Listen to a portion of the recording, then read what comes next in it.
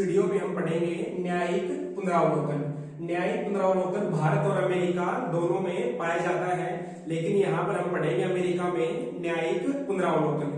न्यायिक पुनरावलोकन को शॉर्ट में बोलते हैं JR, यानी कि जुडिशियल रिव्यू। तो न्यायिक पुनरावलोकन में हम सबसे पहले पढ़ेंगे कि इसका अर्थ, कि न्यायिक पुनरावलोकन क्या होता है।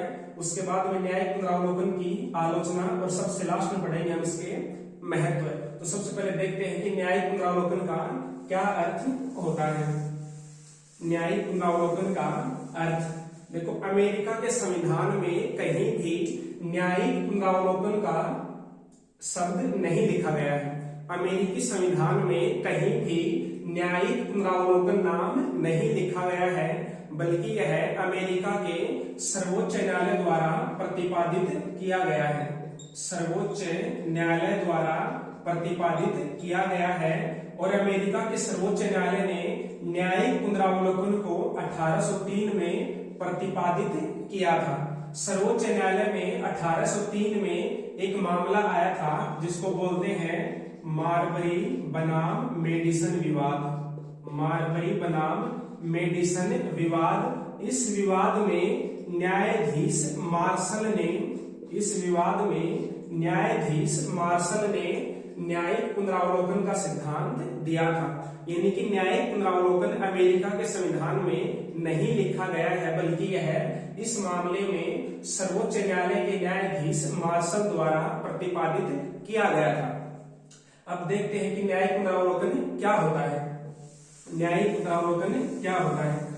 तो अमेरिका की जो कांग्रेस है उसके द्वारा बनाए गए कानूनों की न्यायालय द्वारा, यानी कि सर्वोच्च न्यायालय द्वारा संवैधानिकता की जांच करके उन्हें संवैधानिक या असंवैधानिक घोषित करना न्यायिक पुनरावलोकन कहलाता है। देखो अब इसको समझो। देखो, कांग्रेस का क्या कार्य है? कांग्रेस का कार्य है कानूनों का निर्माण करना, कानून बनाना। तो कांग्रेस कानूनों को बनाती है। अगर सर्वोच्च न्यायालय, यदि अमेरिका का सर्वोच्च न्यायालय इन कानूनों की संवैधानिकता की जांच करे और संवैधानिकता की जांच करके इन कानूनों को संवैधानिक या असंवैधानिक घोषित कर दे, तो उसको बोला जाता है न्यायिक पुनरावलोकन। एक बार फिर से देखो, कांग्रेस द्वारा बनाए गए कानूनों की सर्वोच्च न्यायालय द्वारा संवैधानिकता की जांच करके उन्हें संवैधानिक या असंवैधानिक घोषित कर देना, संवैधानिक या असंवैधानिक घोषित कर देना न्यायिक पुनरावलोकन कहलाता है। यह हो गया न्यायिक पुनरावलोकन का अर्थ। इसमें एक बात यह महत्वपूर्ण है कि सर्वोच्च न्यायालय अपनी मर्जी से न्यायिक पुनरावलोकन नहीं कर सकता है। सर्वोच्च न्यायालय अपनी पहल के आधार पर न्यायिक पुनरावलोकन नहीं कर सकता है। सर्वोच्च न्यायालय न्यायिक पुनरावलोकन तभी कर सकता है जब कोई व्यक्ति किसी कानून को सर्वोच्च न्यायालय में चुनौती दे। स्वयं से सर्वोच्च न्यायालय न्यायिक पुनरावलोकन नहीं करता है। यह हो गया न्यायिक पुनरावलोकन का अर्थ। अब देखते हैं इसकी आलोचना। न्यायिक पुनरावलोकन की आलोचना। तो सबसे पहली आलोचना है कि इसका कोई संवैधानिक आधार नहीं है। संवैधानिक आधार नहीं। तो सर्वोच्च न्यायालय की जो न्यायिक पुनरावलोकन की शक्ति है, इसका कोई संवैधानिक आधार नहीं है। संविधान में न्यायिक पुनरावलोकन शब्द नहीं लिखा गया है, बल्कि न्यायालय ने स्वयं से ही इस सिद्धांत को प्रतिपादित किया है। संविधान में न्यायिक पुनरावलोकन की व्यवस्था नहीं की गई है। दूसरी आलोचना है कि सर्वोच्च न्यायालय के निर्णय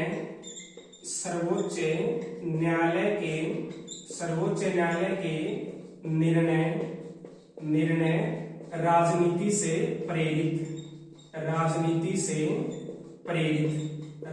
से प्रेरित। जो सर्वोच्च न्यायालय के न्यायाधीश होते हैं वे भी एक सामान्य व्यक्ति की तरह ही होते हैं। वे भी राजनीतिक और सामाजिक परिस्थितियों से प्रभावित होते हैं। न्यायाधीशों की भी एक राजनीतिक विचारधारा होती है। तो इन न्यायाधीशों के सामने जब कोई ऐसा कानून आता है जो उनकी राजनीतिक विचारधारा के अनुसार है, तो वे उस कानून को बने रहने देते हैं। और यदि कोई ऐसा कानून सर्वोच्च न्यायालय में आता है जो न्यायाधीशों की विचारधारा के विपरीत होता है, तो सर्वोच्च न्यायालय उस कानून को असंवैधानिक घोषित कर देते हैं या रद्द कर देते हैं। इस प्रकार सर्वोच्च न्यायालय के निर्णय राजनीति से प्रेरित हो जाते हैं। इसकी जो तीसरी आलोचना है वो यह है कि प्रगतिशीलता में बाधक, प्रगतिशीलता में बाधक, प्रगतिशीलता में बाधक। देखो सर्वोच्च न्यायालय के जो निर्णय होते हैं वे प्रगतिशीलता में भी बाधक होते हैं। वे रूढ़िवादिता का परिचय देते हैं, रूढ़िवादिता का परिचय देते हैं। जैसे अगर अमेरिकी कांग्रेस किसी ऐसे कानून को लेकर के आ रही है जो रूढ़िवादी व्यवस्था है उसमें परिवर्तन करता है, तो हो सकता है कि सर्वोच्च न्यायालय के न्यायाधीश उसको रद्द कर दें। जैसे अमेरिका में दास प्रथा को समाप्त करने के लिए, दास प्रथा को समाप्त करने के लिए और न्यूनतम वेतन प्रदान करने के लिए, न्यूनतम वेतन प्रदान करने के लिए कानून बनाए गए थे, लेकिन उन कानूनों को सर्वोच्च न्यायालय ने रद्द कर दिया था। तो इस प्रकार सर्वोच्च न्यायालय अपने निर्णयों के माध्यम से प्रगतिशीलता में भी बाधक बनता है। ये हो गई इसकी तीसरी आलोचना। चौथी आलोचना है सर्वोच्च न्यायालय, सर्वोच्च न्यायालय, सर्वोच्च न्यायालय कांग्रेस का तीसरा सदन, कांग्रेस का तीसरा सदन, कांग्रेस का तीसरा सदन। देखो जो कानूनों का निर्माण करता है वो करती है कांग्रेस। कानूनों का निर्माण कौन करती है? कांग्रेस करती है। अमेरिका की कांग्रेस करती है। और कांग्रेस के दो सदन होते हैं, प्रतिनिधि सभा, प्रतिनिधि सभा, और दूसरी होती है सीनेट। इन्हीं की कानूनों का निर्माण इन दोनों सदनों द्वारा किया जाता है या कांग्रेस द्वारा किया जाता है। लेकिन कांग्रेस द्वारा बनाए गए कानून को सर्वोच्च न्यायालय न्यायिक पुनरावलोकन के आधार पर रद्द कर सकता है या इनको समाप्त कर सकता है। तो इस प्रकार किसी कानून का बने रहना सर्वोच्च न्यायालय पर निर्भर करता है। यानी कि एक कानून बनाया जाए और फिर वो बना रहे, इसके लिए कांग्रेस के साथ साथ सर्वोच्च न्यायालय की सहमति भी आवश्यक होती है। तो इस प्रकार सर्वोच्च न्यायालय न्यायिक पुनरावलोकन की शक्ति के आधार पर कांग्रेस का तीसरा सदन बन गया है। अब देखते हैं इसकी पांचवी आलोचना। पांचवी आलोचना, पांचवी आलोचना है निर्णय की त्रुटिपूर्ण प्रक्रिया, निर्णय की त्रुटिपूर्ण प्रक्रिया, निर्णय की त्रुटिपूर्ण प्रक्रिया। तो सर्वोच्च न्यायालय के जो निर्णय होते हैं वे बहुमत से दिए जाते हैं, न्यायाधीशों के बहुमत से दिए जाते हैं। यानी कि जिस भी तरफ ज्यादा न्यायाधीश होते हैं वही निर्णय माना जाता है। और सर्वोच्च न्यायालय के अधिकांश निर्णय 5:4 के बहुमत से दिए जाते हैं।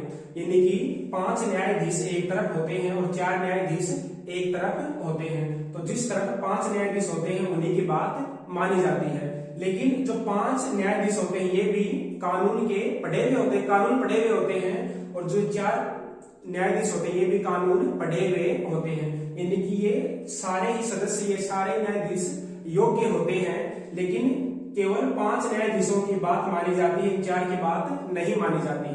तो इस प्रकार यह प्रक्रिया त्रुटिपूर्ण हो जाती है। सभी न्यायाधीशों की सहमति नहीं होती है, केवल जिस भी तरफ 5 न्यायाधीश होते हैं उनकी ही बात या उनका ही निर्णय माना जाता है। तो इस प्रकार निर्णय की त्रुटिपूर्ण प्रक्रिया होती है।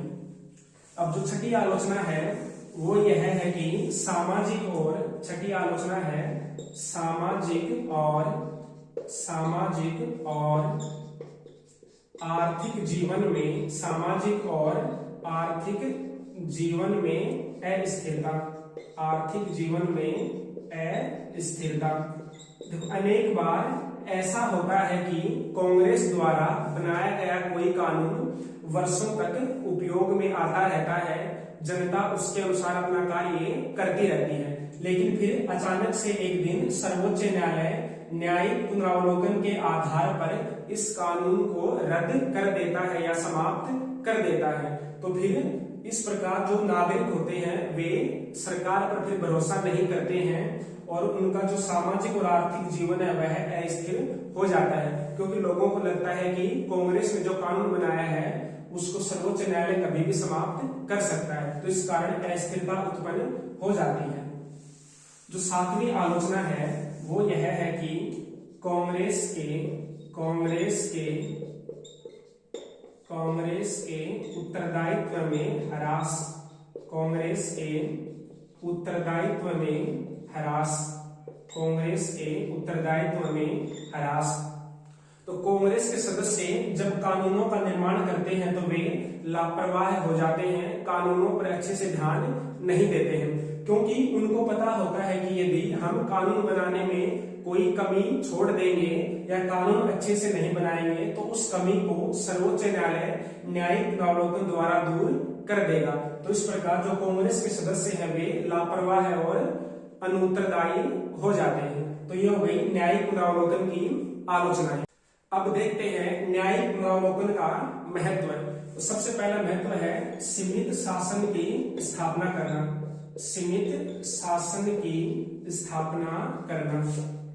शासन की स्थापना करना।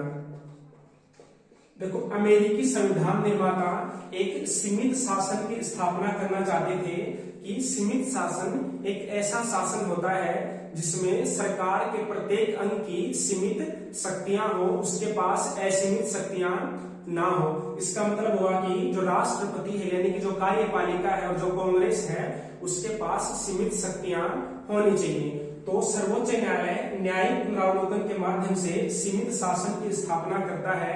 सर्वोच्च न्यायालय न्यायिक पुनरावलोकन के द्वारा राष्ट्रपति और कांग्रेस की शक्तियों पर नियंत्रण रखता है, उनकी शक्तियों को सीमित करता है। तो इस प्रकार सर्वोच्च न्यायालय न्यायिक पुनरावलोकन के आधार पर सीमित शासन की स्थापना करता है। दूसरा महत्व है संघात्मक व्यवस्था की रक्षा करना। संघात्मक व्यवस्था की रक्षा करना। तो सर्वोच्च न्यायालय न्यायिक पुनरावलोकन के माध्यम से अमेरिका की संघात्मक व्यवस्था की भी रक्षा करता है। संघात्मक व्यवस्था में केंद्र व राज्यों के मध्य शक्तियों का बंटवारा होता है या शक्तियों का विभाजन होता है, यानी कि केंद्र सरकार की अलग शक्तियां होती हैं और राज्य सरकारों की अलग शक्तियां होती हैं और केंद्र और राज्य दोनों ही अपनी अपनी शक्तियों का प्रयोग करते हैं। लेकिन यदि कभी इस शक्ति विभाजन को लेकर के केंद्र और राज्यों में विवाद हो जाए, झगड़ा उत्पन्न हो जाए, तो उस विवाद को फिर सर्वोच्च न्यायालय दूर करता है। तो इस प्रकार सर्वोच्च न्यायालय न्यायिक पुनरावलोकन के द्वारा संघात्मक व्यवस्था की रक्षा भी करता है। अब जो तीसरा महत्व है वो यह है कि तीसरा महत्व है नागरिकों के अधिकारों, नागरिकों के मौलिक अधिकारों व स्वतंत्रताओं की रक्षा करना। सर्वोच्च न्यायालय न्यायिक पुनरावलोकन के द्वारा नागरिकों के मौलिक अधिकारों और स्वतंत्रताओं की रक्षा भी करता है। यदि कांग्रेस कोई ऐसा कानून बना देती है जो मौलिक अधिकारों का और नागरिक स्वतंत्रताओं का उल्लंघन करता हो, तो सर्वोच्च न्यायालय न्यायिक पुनरावलोकन के द्वारा ऐसे कानूनों को रद्द कर सकता है। तो इस प्रकार सर्वोच्च न्यायालय न्यायिक पुनरावलोकन के द्वारा मौलिक अधिकारों और स्वतंत्रताओं की रक्षा करता है।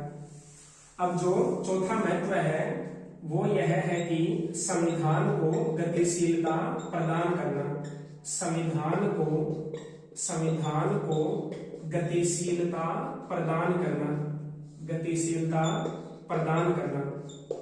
देखो, अमेरिका का संविधान एक कठोर संविधान है और कठोर संविधान का मतलब है कि अमेरिका के संविधान में आसानी से परिवर्तन नहीं हो सकता है, जबकि जो कोई भी संविधान होता है वह ऐसा होना चाहिए जो परिस्थितियों के अनुसार या समय के अनुसार बदलता रहे।